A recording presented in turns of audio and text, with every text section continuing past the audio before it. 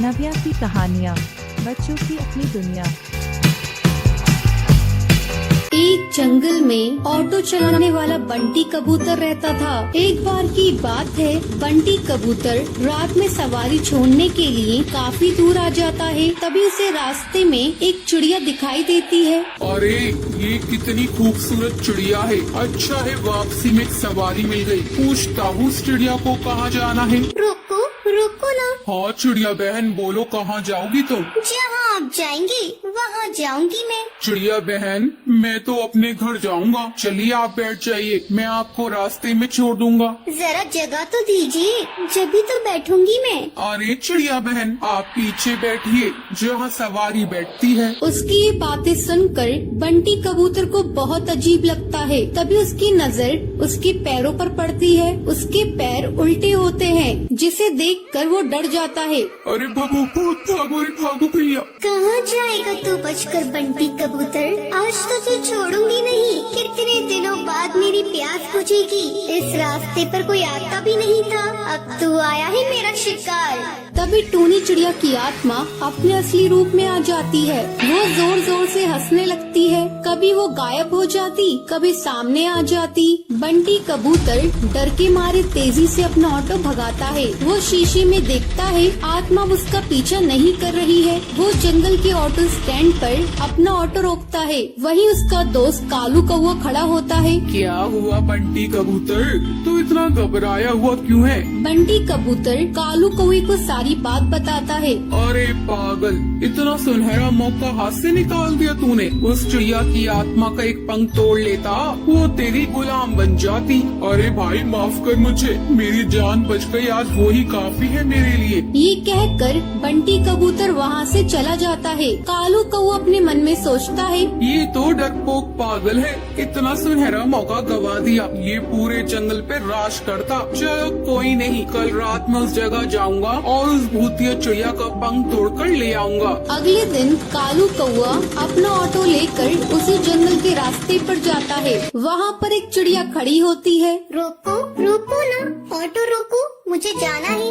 अरे भाई लगता है ये वही चिड़िया की आत्मा है, इसका पंख तोड़ लूंगा। ये कहकर कालू कौवा अपना ऑटो उसके सामने रोकता है और उसके पंख तोड़ने लगता है। अरे बेवकूफ कौवे बदमाश, तेरी हिम्मत कैसे हुई? तूने मेरे पंख तोड़ने की कोशिश की। रुक तुझे भी बताती हूँ। टुनटुनी चिड़िया पास में पड़े डंडे से उसे बहुत मारती है। अरे बहन मुझे माफ कर दो, मुझे लगा तुम एक चिड़िया की आत्मा हो। अरे बदतमीज, तुझे मैं कहाँ से आत्मा नजर आ रही हूँ? चल भाग यहाँ से। टुनटुनी ये कहकर वहाँ से चली जाती है, पर टूनी चिड़िया की आत्मा पेड़ के पीछे खड़े होकर ये सब देख रही होती है। अगले दिन कालू कौवा फिर से अपना ऑटो लेकर वहाँ पर आता है। भाई आज तो पहले उसके पैर देखूंगा तभी उसके पंख तोड़ूंगा, वरना कल की तरह पिटाई हो जाएगी मेरी। अब फिर से वहाँ पर एक चिड़िया खड़ी होती है। रोको रोको ना ऑटो, मुझे जाना है। कालू कौवा उसके पैर देखता है, उसके पैर उल्टे होते हैं। जैसे ही कालू कौवा उसके पंख तोड़ने वाला होता है, तभी टूनी चिड़िया की आत्मा अपने असली रूप में आ जाती है। डरावनी आवाज़ें सुनाई देती है। कालू कौवे आ मेरे पंख तोड़ेगा, ये ले तोड़ के दिखा। टूनी चिड़िया की आत्मा कभी उसके सामने आ जाती, कभी उसके पीछे। वो उसे बहुत मारती है। मुझे माफ कर दो चिड़िया की आत्मा, मैं आगे से कभी भी ऐसा नहीं करूँगा। मुझे जाने दो, मत मारो। क्यों छोड़ दूं तुझे? तू जैसे मन चले बदमाश पक्षियों को मारना ही तो मेरा लक्ष्य है। तुम जैसे लालची पक्षियों को जीने का कोई हक नहीं। तभी वहाँ पर बबलू कबूतर ऑटो में अपनी सवारी बिठाकर वहाँ से गुजर रहा होता है। अरे चिड़िया की आत्मा छोड़ दो उसे, मैं तुमसे विनती करता हूँ। नहीं, मैं इसे नहीं छोड़ सकती। तुम जानते हो एक बार ऐसे ही मैं इस जंगल से ऑटो में जा रही थी। उस ऑटो वाले ने मेरा सामान लूट कर मुझे जान से मार दिया। जब से जो भी मुझे लालची पक्षी दिखाई देता है, मैं उसे जान से मार देती हूँ। तभी सुंदरी कौवी बोलती है, अरे टूनी चिड़िया तुम सही कह रही हो, तुम्हारे साथ गलत हुआ है, लेकिन तुम भी सही नहीं कर रही हो। ना जाने कितने पक्षियों को तुम मार रही हो। वो सब उसे बहुत समझाते हैं। वो कालू कौवे को छोड़ देती है। मुझे माफ कर दो, तुम सब सही कह रही हो। मैंने अपने इंतकाम काम पूरा करने के लिए ना जाने कितने पक्षियों के परिवार को तोड़ा है, पर अब नहीं, इस दुनिया में तुम जैसे नेक दिल पक्षी भी होते हैं। ये कहकर वो वहाँ से चली जाती है। टुनटुनी का पति बंटी एक कुली था। वो नदी पार से आने वाले पक्षियों के सामान को इधर से उधर करता था। एक दिन जब बंटी काम पर जा रहा था, तब टुनटुनी उससे कहती है, अजी, अपनी सेहत का भी ध्यान रखा करो। सभी किसी न किसी दिन छुट्टी लेते हैं, लेकिन तुम तो रविवार को भी काम करते हो। अरे पगली, अगर काम नहीं करूँगा तो घर कैसे चलेगा? तू तो माँ बनने वाली है, बच्चों का खर्चा बढ़ेगा। अगर काम नहीं करूँगा तो अपने बच्चों को अच्छी जिंदगी कैसे दूंगा?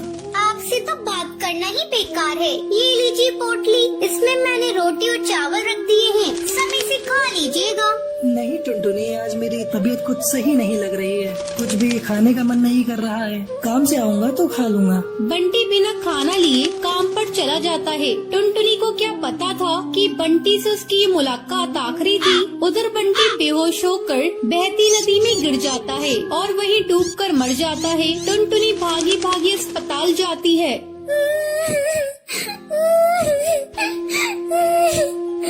बंटी, ये क्या हो गया?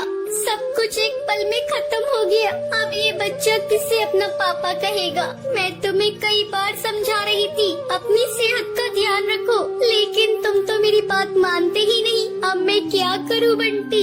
समय तेजी से पंख लगाकर उड़ने लगता है। टुनटुनी एक बच्ची को जन्म देती है। एक दिन टुनटुनी के पास डाकिया एक खत लेकर आता है। अरे, ये खत तो कड़कनाथ सेठ की कंपनी की तरफ से आया है और मुझे बंटी की जगह कुली की नौकरी दी गई है। मुझे अपनी बच्ची की नौकरी करनी ही होगी, तभी मैं उसे एक अच्छे स्कूल में पढ़ा पाऊंगी और उसे बेहतर भविष्य दे सकूंगी। अगले दिन से ही टुनटुनी कुली बनकर पक्षियों का बोझ उठाती थी। जब भी नदी के उस पार से कोई पक्षी आता था, टुनटुनी तेजी से उन पक्षियों के पास पहुंच जाती थी। बहन जी, क्या मैं आपका बोझ उठा लूं? अरे तुम तो एक चिड़िया हो, क्या तुम इतने बोझ को उठा सकती हो? हाँ हाँ बहन जी, मैं सारे बोझ को उठा लूंगी। बहन जी, मैंने अपनी जिंदगी में इतना बोझ उठा लिए है, ये बोझ तो उसके आगे कुछ नहीं है। क्यों, क्या हुआ? और तुम ये तुम्हारी बेटी को साथ में लेकर क्यों घूम रही हो? तुम्हारे पति कहाँ हैं? वो नहीं कमाते हैं क्या? क्या करिएगा बहन जी, मेरी दुख भरी कहानी सुनकर रोज इस नदी किनारे पे कई पक्षी आते हैं और मेरी दुख भरी कहानी सुनते हैं, लेकिन कोई मेरी मदद नहीं करता।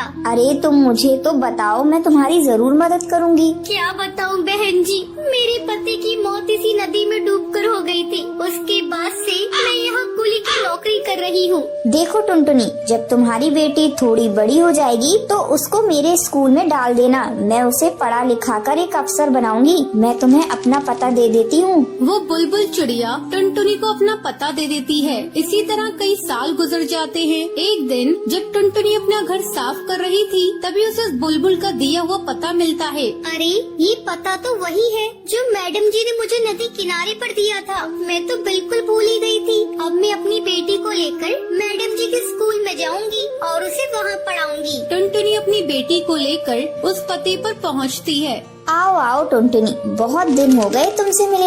मैडम जी, ये देखिए, मैं अपनी बेटी को अपने साथ लेकर आई हूँ। मैं चाहती हूँ पढ़ लिख कर एक अफसर बन जाए, इससे मेरी तरह जीवन में संघर्ष न करना पड़े। हाँ हाँ टुनटुनी, तुम निश्चिंत रहो, मैं तुम्हारी बेटी को अच्छी तालीम दूंगी। तुम्हें एक दिन इस पर गर्व होगा। टुनटुनी अपनी बेटी का एडमिशन उस मैडम जी के स्कूल में कराकर निश्चिंत हो जाती है। उसे इस बात की खुशी थी, उसकी बेटी को उसकी तरह जीवन में संघर्ष नहीं करना पड़ेगा। तो ये थी आज की कहानी। क्या आपको पता है कालू कौवा बंटी कबूतर से चिड़िया की आत्मा का क्या तोड़ने के लिए कहता है? अगर आपको पता है तो आप हमें कमेंट करके जरूर बताएं। अगर आपको ये वीडियो पसंद आई हो तो इसे लाइक और ऐसी कहानियाँ देखने के लिए मेरे चैनल को सब्सक्राइब करना न भूलें।